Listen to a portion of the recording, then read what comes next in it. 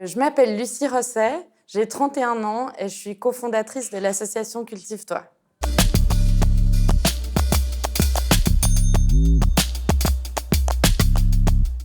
Alors, Cultive-toi, c'est une association qui a été fondée en 2019 dans le but d'agir pour réduire un petit peu ces questions de gaspillage alimentaire. On récolte des fruits et des légumes abandonnés, soit sur des arbres ou dans des champs, que ce soit sur des domaines privés ou des domaines agricoles. Là, c'est une idée que, en fait, mon mari actuel avait eue parce qu'il travaillait dans une ferme sociale, donc d'insertion bio. Et dans cette ferme, il y avait beaucoup, en fait, de pertes. Et il s'est posé beaucoup de questions. Il se demandait, mais comment ça se fait qu'une ferme bio, en plus sociale, laisse autant de denrées alimentaires dans les champs? Il distribuait, après le boulot, il ramassait ce qui restait et puis il allait les amener dans des squats à Zurich. Et il s'était dit, un jour, il faudra qu'on fasse quelque chose.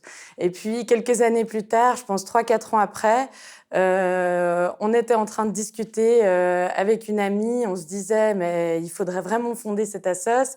Et du coup, on s'est lancé, on l'a fondée.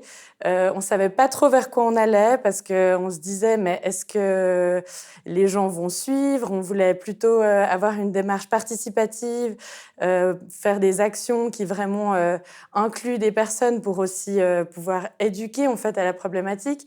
Et donc la première année, on a fait beaucoup de communication pour parler de l'association, dire qu'elle existe et trouver des bénévoles participants. Et en fait, on s'est rendu compte qu'on a très vite eu beaucoup d'intérêt. On a beaucoup de gens qui veulent participer aux actions de récolte et de transformation.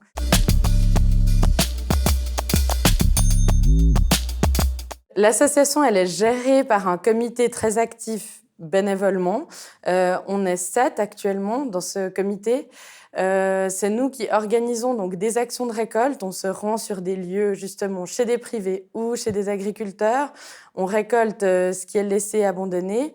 Et ensuite, juste après, on organise des ateliers de transformation-conservation qui ont un but principalement éducatif, pour en fait enseigner les techniques aussi ancestrales de transformation, etc.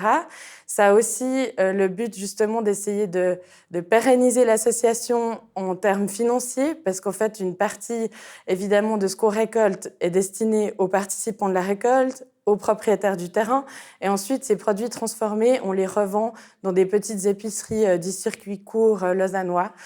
Ça nous permet de couvrir une partie de nos frais.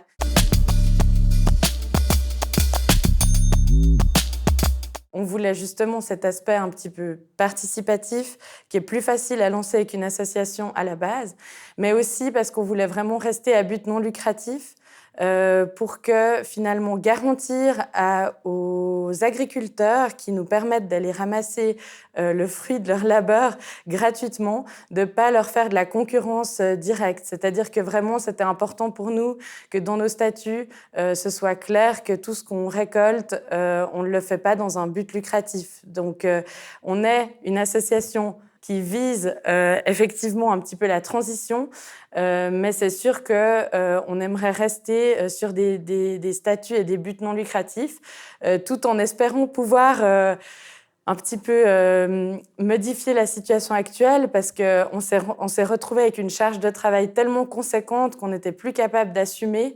Donc, on a dû en fait engager une chargée de projet, mais malheureusement, on n'a pas tout à fait les fonds pour assumer ce poste sur le long terme. Donc, on est vraiment dans une phase de transition qui nous réjouit. C'est intéressant, c'est passionnant, mais c'est beaucoup d'incertitudes pour le projet. Et on espère que notre chargé de projet aura des perspectives plus durables. C'est moi. Alors moi c'est Ludivine Barrault. J'ai 28 ans et puis je viens de commencer dans l'association Cultive-toi il y a 2 mois en tant que chargée de projet. Ça s'est fait de manière assez fluide parce que j'ai travaillé dans des structures beaucoup plus classiques avant.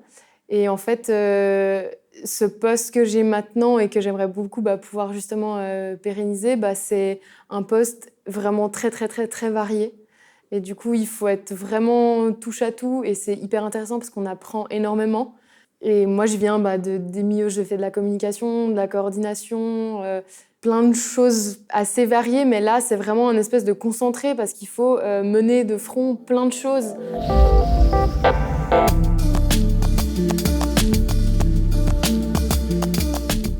J'ai vu l'annonce pour ce poste simplement dans le groupe WhatsApp de l'association. Et quand j'ai vu ce projet-là, bah, justement, j'ai sauté sur l'occasion et comme je suis assez touche-à-tout de manière générale, bah, ça me correspondait assez bien. Je pense que c'est le genre de poste qui correspond peut-être pas à quelqu'un qui aime faire une seule chose et qui le fait très très bien, ce qui est tout à fait OK.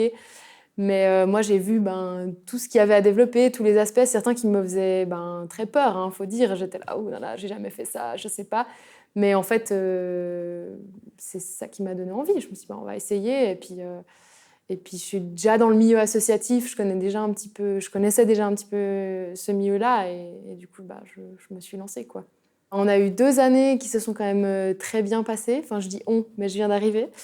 Où on a eu beaucoup de bénévoles, beaucoup d'activités, et c'est super.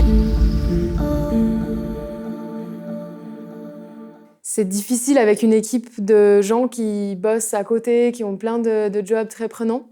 Et du coup, moi, je suis là un petit peu dans ce CDD pour quelques mois pour essayer justement d'arriver à réorganiser toutes les activités, qu'elles soient peut-être plus fluides, plus efficaces, et puis aussi faire des demandes de fonds simplement pour qu'on ait un bon financement qui soit solide, et puis parce qu'on se rend vraiment compte qu'on a beaucoup de choses à faire, et puis ça marche très bien. Par exemple, l'année passée, on a récolté 21 tonnes de fruits et légumes, on les a transformés, on a pris ici des petits exemples. Par exemple, la semaine passée, on est allé récolter des cerises et puis on a fait un atelier de transformation de cerises au sirop.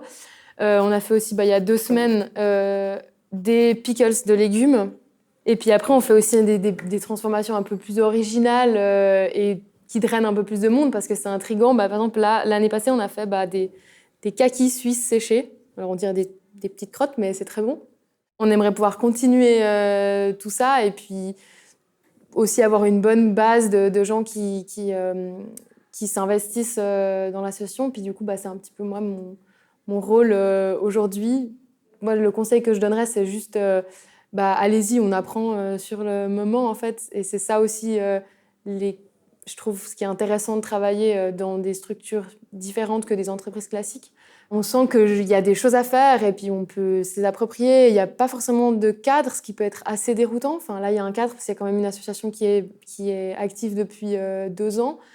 Mais il y a plein de choses à faire et il y a la liberté aussi de reprendre des rênes sur plein de projets. Et donc, ouais, allez-y et puis au pire, on essaye, quoi.